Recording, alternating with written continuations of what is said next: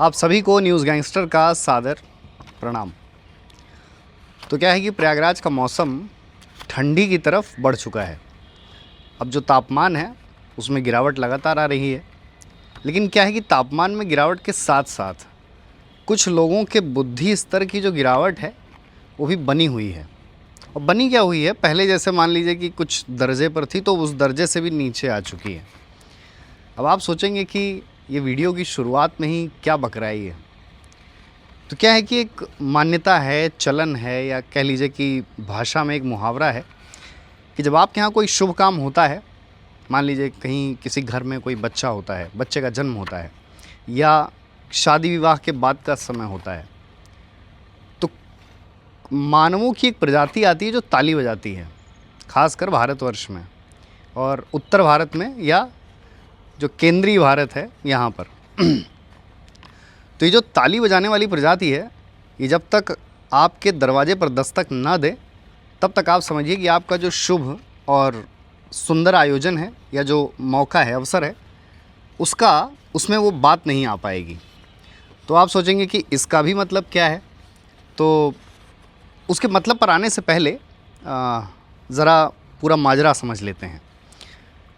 तो क्या है कि जुलाई 2025 में एक फ़िल्म का टीज़र आया, नाम है धुरंधर, और 19 नवंबर 2025 को उस फिल्म का पूरा ट्रेलर आया। लगभग 4 मिनट 7 या 8 सेकंड का ट्रेलर है, और ट्रेलर काफ़ी भव्य है, काफ़ी सिनेमैटिक है। दिख रहा है कि जो उसकी कास्ट है और जो निर्देशक हैं, जो पात्र हैं, उन्होंने काफ़ी मेहनत की है। तो और जैसे कि पिछले कुछ समय में ऐसा ट्रेंड है, ऐसा चलन बढ़ा है कि जो पैट्रियोटिक फिल्म्स हैं उनका बाज़ार भी बढ़ा है, और बॉलीवुड के निर्माताओं की जो रुचि है देशभक्ति सम्मत या कह लीजिए कि नेशनलिस्ट फिल्म्स बनाने का, उनमें जो रुचि है वो बढ़ी है। और यही वजह है कि आपको एयरलिफ्ट, जो काफ़िला जो है एयरलिफ्ट से शुरू हुआ, वो फिर उरी पर आया, द सर्जिकल स्ट्राइक, उसके बाद हमने एक फ़िल्म देखी नीरजा भनोट पर, शेरशाह हो, उसके अलावा केसरी हो या गाज़ी अटैक हो। इस तरह की जो तमाम फिल्म्स हैं उनका जो विषय है वो समान है, वो देशभक्ति या देश की सेना के पराक्रम को परिभाषित करती हैं, प्रदर्शित करती हैं। तो अब बात करते हैं धुरंधर की। तो धुरंधर फिल्म पूरी तरह से वास्तविक घटनाओं, वास्तविक चरित्रों, पात्रों पर आधारित नहीं है, लेकिन इस फिल्म की जो अभिप्रेरणा है, जो एक सॉर्ट ऑफ इंस्पिरेशन है, वो सत्य घटनाओं से प्रेरित ज़रूर है। और फिल्म के मेकर्स का कहना है कि ये रियलिटी और फिक्शन के बीच की एक महीन लकीर खींचती है। तो ये भी बड़ी अहम बात है कि एक ऐसी फिल्म जो इतने ताबड़तोड़ एक्शन और इतने देश प्रेम से लबरेज है, वो फिल्म रियलिटी और फिक्शन के बीच एक महीन लकीर खींचती है। और इसके बाद, और जैसा कि आप जब ट्रेलर देखेंगे, जो 4 मिनट 7 सेकंड का ट्रेलर है, तब आप खुद भी समझ जाएंगे कि उसमें कहीं ना कहीं आपको कुछ कुछ कैरेक्टर्स एकदम साफ साफ नज़र आते हैं कि इनकी इंस्पिरेशन क्या है। तो 5 दिसंबर 2025 को ये फिल्म रिलीज़ होनी है, और जैसा कि मैंने पहले बताया कि 19 नवंबर 2025 को इसका ट्रेलर जारी हुआ। और इस फिल्म के निर्देशक हैं आदित्य धर, वही आदित्य धर जिन्होंने उरी द सर्जिकल स्ट्राइक निर्देशित की थी, बनाई थी। इसके अलावा इसे प्रोड्यूस किया है आदित्य धर जी ने ही। इसके अलावा फिल्म की प्रोड्यूसर हैं ज्योति देशपांडे और लोकेश धर, और बैनर इसका जियो स्टूडियोज़, B62 स्टूडियोज़। अब इस फिल्म की सबसे महत्वपूर्ण बात कि इसकी स्टार कास्ट क्या है। सबसे पहला किरदार रणवीर सिंह। आपने सोशल मीडिया और स्पेशली यूट्यूब पर एक रील देखी होगी, पैरा स्पेशल फोर्सेस के शहीद अधिकारी मोहित शर्मा। तो जिस तरह के लंबे बाल, लंबी दाढ़ी फिल्म में रणवीर सिंह की है, उससे साफ समझ आता है कि उनके कैरेक्टर की जो इंस्पिरेशन है, उनके किरदार की जो अभिप्रेरणा है, वो मोहित शर्मा से है सीधे तौर पर। और वही मोहित शर्मा जिन्होंने इकबाल, जो उनका अंडर कवर नाम था, तो उन्होंने इकबाल नाम से पाकिस्तान में कई तरह के सीक्रेट ऑपरेशंस को सक्सेसफुली कंप्लीट किया। अब आ जाते हैं दूसरे नाम पे, अक्षय खन्ना। तो औरंगज़ेब के किरदार में उनको देखने के बाद मुझे लगता है ये संभवतः उनकी दूसरी फिल्म है। और रहमान डकैत उनका कैरेक्टर है, और ये वही रहमान डकैत है जो पाकिस्तान का एक कुख्यात अपराधी अब्दुल रहमान बलोच से प्रेरित है। और ये पाकिस्तान के कई बड़े शहरों में होने वाले जो गैंग वॉर हैं उनका भी एक मुख्य कारण माना जाता था रहमान, तो अब्दुल रहमान बलोच। तो ये अक्षय खन्ना का किरदार है। उसके बाद तीसरे नंबर के किरदार हैं अर्जुन रामपाल। जब ट्रेलर शुरू होता है तभी आपको एक सीन नज़र आता है जिसमें एक इंसान के पूरे जिस्म पर हथियार, एक कुछ खींचने वाला जैसा एक हुक जैसा मटेरियल लगा है, ऊपर कई तारों से जुड़ा हुआ है, और उसके बाद वो एक बड़ी डेडली सी लाइन बोलते हैं कि bleed India to the death. तो अर्जुन रामपाल शुरुआत में ही मतलब ट्रेलर के नज़र आते हैं और पिक्चर साफ़ हो जाती है कि ये फ़िल्म बेहद वॉयलेंट, बेहद एकदम बहुत ही विभत्स दृश्यों से परिपूर्ण है ये फ़िल्म। तो अर्जुन रामपाल, और ऐसा माना जा रहा है मीडिया रिपोर्ट्स के मुताबिक और जो लोगों का अंदाज़ा है कि अर्जुन रामपाल का जो कैरेक्टर है वो कई कैरेक्टर से प्रेरित है, उनका किसी इंडिविजुअल फेस से चरित्र मिलता जुलता नहीं है। एक सिनेमैटिक कैरेक्टर कह लीजिए, एक फिक्शनल कैरेक्टर कह लीजिए। इसके बाद आते हैं संजय दत्त, एसपी चौधरी असलम उर्फ द जिन। तो ट्रेलर में भी साफ साफ संजय दत्त का जैसे ही सीन शुरू होता है उसके बाद उनके नाम के आगे द जिन लिख कर आता है, और एक विवादित पाकिस्तान के एक विवादित अधिकारी चौधरी असलम खान से प्रेरित ये किरदार है संजय दत्त का।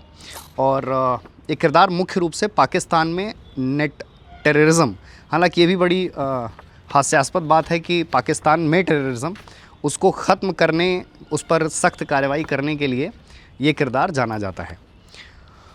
फिल्म की टाइमलाइन को लेकर भी कुछ कन्फ्यूजन्स हैं, कुछ विमर्श हैं कि जैसे शुरुआत में जब इस फिल्म का टीज़र आया जुलाई में तो लोगों को लगा कि ये 90 और 80 के दशक में जो भारतीय सेना ने सीक्रेट ऑपरेशंस अंजाम दिए, जो भारतीय सेना ने पाकिस्तान की सेना पर कार्रवाई की, उस पर आधारित है। पर ट्रेलर आने के बाद जिस तरह उसमें डिफेंडर गाड़ी दिखती है, स्मार्टफोन्स दिखते हैं, ईयरफोन्स दिखते हैं, तो ये भी बात फिर क्लियर हो जाती है कि ये 80 और 90 के दशक की घटनाओं की बात नहीं है फिल्म में। ये स्थिति स्पष्ट हो जाती है कि इसमें सिर्फ 90 और 80 के दशक की घटनाक्रम नहीं है, या जो ऑपरेशन सेना ने 80-90 के दशक में अंजाम दिए भारतीय सेना ने, सिर्फ वही नहीं है। इसमें 90 का अंत और सन 2000 के बाद जो भारतीय सेना ने ऑपरेशंस किए हैं, या जिन ऑपरेशंस के तहत पाकिस्तानी आतंकवाद को ख़त्म करने का मिशन या ऑपरेशन चालू किया, उन घटनाक्रमों की बात ज़्यादा है।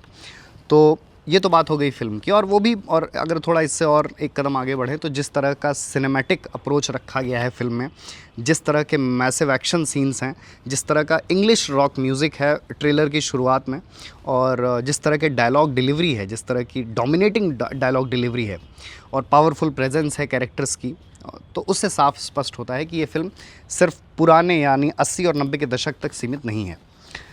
अब आ जाते हैं जो मैंने शुरू में एक बात कही थी कि जब आपके घर में कोई शुभ काम होता है, या आपके घर में किसी बच्चे का जन्म होता है, या आपके यहाँ कोई शादी होती है, तो शादी के बाद जो एक ताली बजाने वाली प्रजाति आती है, तो कैसे उन लोगों का होना ज़रूरी है, क्योंकि उनके बिना कोई भी शुभ काम पूरा नहीं होता। तो क्या है कि इतनी एक संवेदनशील, एक महत्वपूर्ण, एक संजीदा और एक बेहद ज़रूरी मुद्दे पर फिल्म बनी जिसका नाम है धुरंधर। लेकिन इस पर एक टिप्पणी आती है ट्रेलर आने के बाद। वो टिप्पणी थी तथाकथित यूट्यूबर ध्रुव राठी की।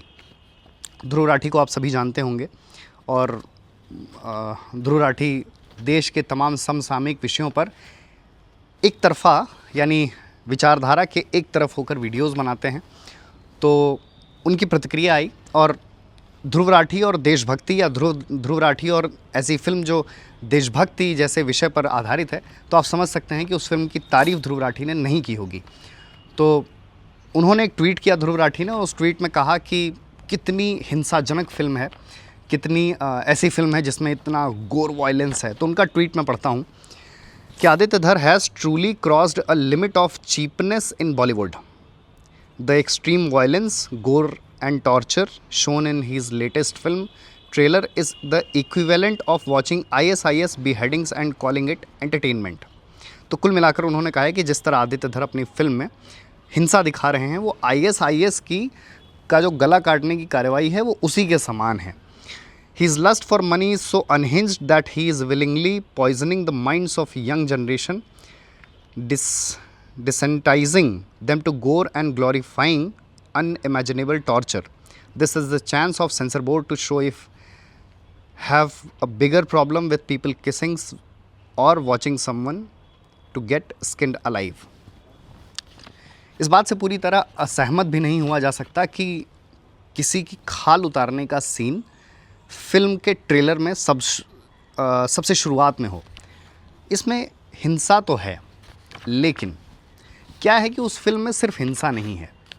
उस फिल्म में आपके देश की बात है, आपके देश की सेना की बात है, देश की सेना के उन अधिकारियों और सिपाहियों की भी बात है जिन्होंने देश के लिए कुछ भी करने से पहले एक सेकंड नहीं सोचा, या उनके पास दो विकल्प थे कि वो देश को चुनते या अपना प्राण चुनते, तो उन्होंने देश को आगे रखा, अपने प्राण को दूसरे नंबर पर रखा।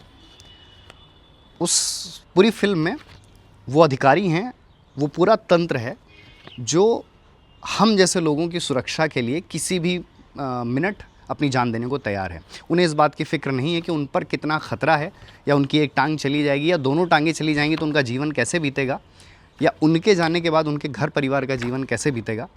वो किसी भी कीमत पर देश की संरक्षा सुरक्षा के लिए तत्पर हैं और कुछ भी करने के लिए तैयार हैं।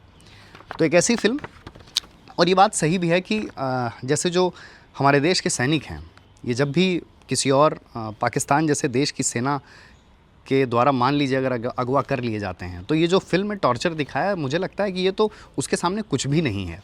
या हमारे सामने तो एक और तमाम उदाहरण है इस तरह के। जब अभिनंदन को पाकिस्तान में पकड़ा गया, वो तो इस सरकार ने ऐसी मजबूती दिखाई या फिर ऐसा कड़े शब्दों में चेतावनी दी, तब जाकर अभिनंदन की वापसी हो पाई। नहीं तो फिर एक और उदाहरण है सरबजीत का, कि जो आदमी गलती से पाकिस्तान के बॉर्डर में दाखिल हो जाता है तो उसका शव वापस आता है, और वो शव इतनी बुरी अवस्था में होता है कि उसके शरीर के इंटरनल ऑर्गन्स तक मौजूद नहीं होते। तो मुझे नहीं लगता कि जब आप उस दृश्य की कल्पना करते हैं या उस सिनेरियो की, उस परिस्थिति की कल्पना करते हैं, तो जो देश के सिपाहियों ने झेला होगा या जो देश के सिपाहियों के साथ पड़ोसी मुल्क की सेना ने किया होगा, वो फिल्म में जो दिखाया गया है उसके आसपास भी कहीं टिकता है।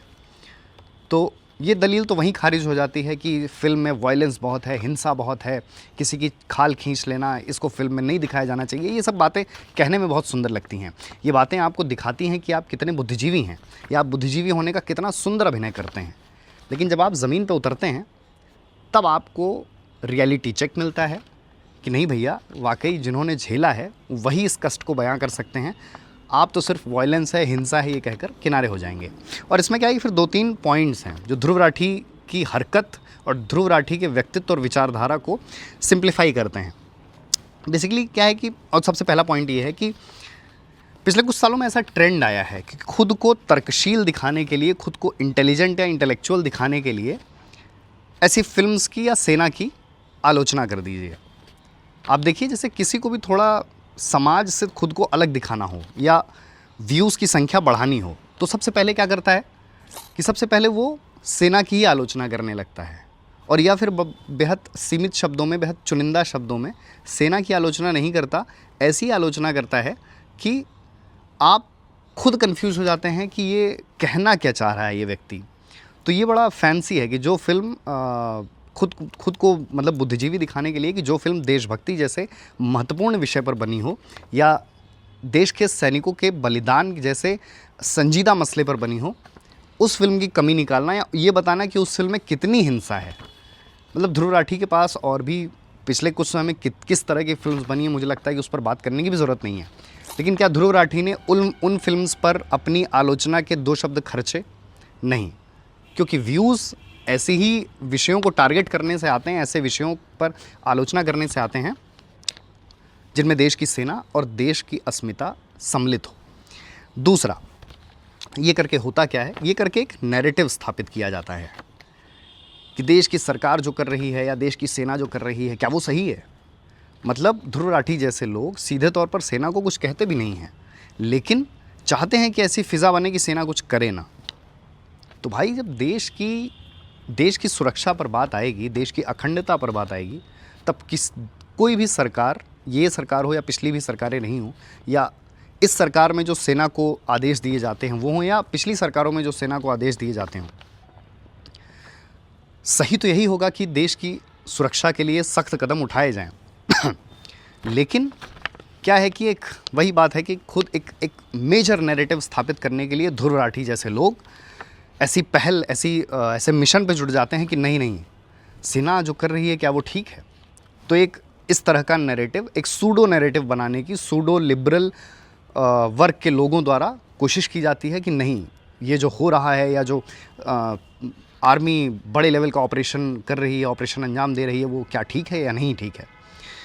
तीसरा, साइलेंस और सेलेक्टिविज़म। क्या है कि बहुत से ऐसे मुद्दे हैं जिन पर बात होनी चाहिए, जैसे बांग्लादेश में जो हुआ, या पाकिस्तान में हिंदुओं के साथ क्या होता है, या देश की आंतरिक सुरक्षा से जुड़े मुद्दे, या देश में जो आतंकवाद है उसकी मूल जड़ क्या है, या इस तरह की फिल्म्स क्यों बनी। इस तरह की फिल्म्स बनी क्योंकि ऐसी घटनाएं हुई, और ऐसी घटनाएं क्यों हुई, क्योंकि उसके पीछे आतंकवाद का एक अच्छा बड़ा सिंडिकेट है। लेकिन ध्रुव राठी जैसे लोग इसके कोर, इसका जो मूल कारण है, इसका जो मूल आधार है, उस पर शांत रहते हैं। लेकिन जब इस तरह की कोई फिल्म बनती है तो ये कहकर ताली बजाने लगते हैं, अपना शुभ काम करने लगते हैं कि इस फिल्म में बहुत ज़्यादा हिंसा है, इस फिल्म में आतंकवाद पर बात भी है, उस पर भी तो बात करो, उस पर भी तो वीडियो बनाओ कि देश में आतंकवाद के चलते कितनी जानें गईं, या इस पर भी वीडियो बनाओ कि जब देश में आतंकवाद होता है तो उसमें कितने सैनिक मारे जाते हैं, या क्या भारत ने कभी किसी और देश पर हमले का प्रयास किया? नहीं। भारत की सेना जितनी बार भी कार्रवाई करती है अपनी सुरक्षा, अपने देश की अस्मिता के लिए करती है। लेकिन ध्रुव राठी जैसे लोग उन मुद्दों पर शांत रहते हैं और इस मुद्दे पर मुखर हो जाते हैं कि एक देश की सेना से संबंधित विषय पर बनी फिल्म में कितनी हिंसा है। और वही बात है कि जैसे मदारी का घर बंदर को नचाने से ही चलता है, ठीक उसी तरह ध्रुव राठी जैसे लोगों का घर देश की सेना, देश की अखंडता और देश हित से जुड़े मुद्दों पर आलोचना करने से चलता है। और जाते जाते वाई, सबसे बड़ा सवाल वाई, ये करना ही क्यों है। इतनी अच्छी फिल्म है, इतना मुझे लगता है कि अगर इस फिल्म में सब कुछ ठीक रहा तो इस फिल्म में वो पोटेंशियल है कि बॉलीवुड का जो पिछले 2-3 साल का नुकसान है वो एक झटके में भरपाई हो जाए। इतनी अच्छी स्टारकास्ट है, तो क्यों ही आलोचना करनी है। जब भी तुम्हारे पास 2% का आधार नहीं है तो क्यों ऐसी ढंग की फिल्म की, ऐसी अर्थपूर्ण फिल्म की, ऐसी पैट्रियोटिक फिल्म की आलोचना करनी है। और फिर जब उस फिल्म के ट्रेलर की शुरुआत में नायक ऐसी लाइन कहता है कि ज़ियाउल हक ने कहा था कि we will bleed India with 1000 cuts, और जिस फिल्म का नायक कहता हो, जिसमें आर माधवन उस ट्रेलर में कहते हैं कि we must infiltrate the very core of terrorism in Pakistan, ताकि वो भारत के ख़िलाफ़ अगर नींद में भी सोचें तो उनके ख्वाब में भी हम बैठे नज़र आने चाहिए। और हाँ, सबसे बड़ी बात, इस फिल्म में सिर्फ सेना ही नहीं, सेना की एक अहम रेजिमेंट, अहिर रेजिमेंट की बहादुरी की भी बात हुई है। तो मुझे लगता है कि अहिर समाज के लोगों को भी इस पर गौर करना चाहिए कि उनके समाज को ग्लोरीफाई करने वाली एक जो फिल्म है उस पर आलोचना के शब्द कौन खर्च कर रहे हैं? ध्रुव राठी।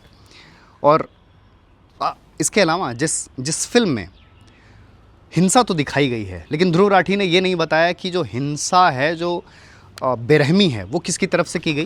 वो पाकिस्तान और आईएसआई की तरफ से की गई, पाकिस्तान की खुफिया एजेंसी की तरफ से की गई। तो ध्रुव राठी को ये भी मेंशन करना चाहिए कि अगर हिंसा बहुत ज़्यादा है तो वो बहुत ज़्यादा हिंसा किसके द्वारा की गई? पाकिस्तानी सेना, पाकिस्तान और पाकिस्तान की खुफिया एजेंसी आईएसआई। और उसे झेला किसने? भारत की सेना, भारत के सिपाहियों ने। और जिसमें दिखाया गया कि एक बुरे पड़ोसी मुल्क पाकिस्तान की तरफ से भारत को पिछले 2-3 दशकों में आज़ादी के बाद से कितना कुछ झेलना पड़ा है। तो ऐसी संवेदनशील फिल्म की, ऐसी महत्वपूर्ण फिल्म की आलोचना करने का क्या अर्थ निकलता है? और मुझे नहीं लगता कि ये जो 130-140 करोड़ लोगों का देश है, उनमें से आधे लोगों को या आधे से ज़्यादा लोगों को इस फिल्म से कोई समस्या नहीं होगी। ये फिल्म रिलीज़ होगी और इस फिल्म में वो पोटेंशियल है कि ये अरबों की कमाई करे। और ऐसा विषय है कि इसे करना भी चाहिए।